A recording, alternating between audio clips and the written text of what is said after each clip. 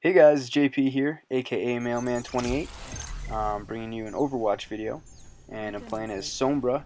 I'm playing in this game with my friend Ryan. He's playing as Sneezy Urchin. He's the Reinhardt of our team, and he makes a dope cameo later on where he just trucks the other opposing Reinhardt into a wall. Helps us win this game.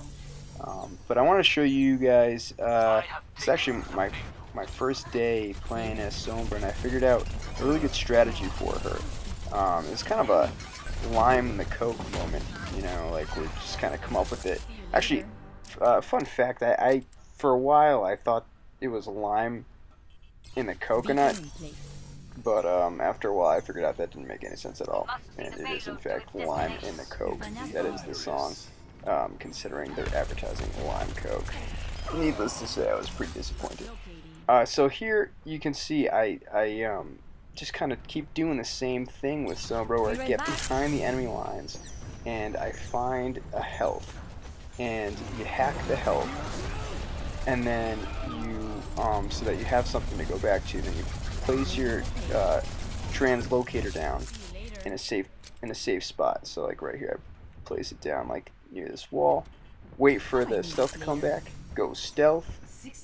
Find an enemy to target. Try to take him out, or at least weaken the enemy, and then just translocate back to the health. And you just keep doing that, and what it does is it'll effectively break down the opposing team. So you're basically a mosquito that's just kind of bugging the hell out of them and weakening them. And that's kind of your job. And I found that sequence, um, where you find a health, you place your translocator, you go stealth, you pick out enemies, and you translocate back, is really good if done properly. And I think the biggest rule, the golden rule for this is, that I kind of made for myself, is you always translocate back as soon as either you're about to die or the time runs out. Like, no question. Like, even if you're about to kill somebody, it's better that you translocate back. And the reason for that is that you want to stay behind your enemy lines at all costs. Once you lose your position, you lose your foothold, you lose your advantage over the enemy, and you can't do your job as Sombra. Additionally, it obviously helps having good teammates. And fortunately, I have a really good team behind my back in this game. Because if you don't have good teammates keeping the enemy busy in the front lines, you're not going to be able to do your thing behind the scenes. Because the enemy's going to figure out where you put your translocator, and it's going to just dismantle everything you're trying to do. Actually, here, Reinhardt, the opposing Reinhardt, almost gets me. He figures out where my translocator is. He's probably had enough at this point. But fortunately, Ryan here, Sneezy Urchin, this is his cameo. He just trucks him right there, right into the wall. 60 seconds remaining. Here's actually where I accidentally translocate back. There's really no reason at all for me to have translocated back there. I could have just pushed forward and set it up at a better spot, but you get into the habit of translocating back so frequently that it becomes like second nature, and I just did it instinctively there. But yeah, so here, instead of going in guns blazing, just stick to the plan. You want to keep it cool. Keep your stealth going.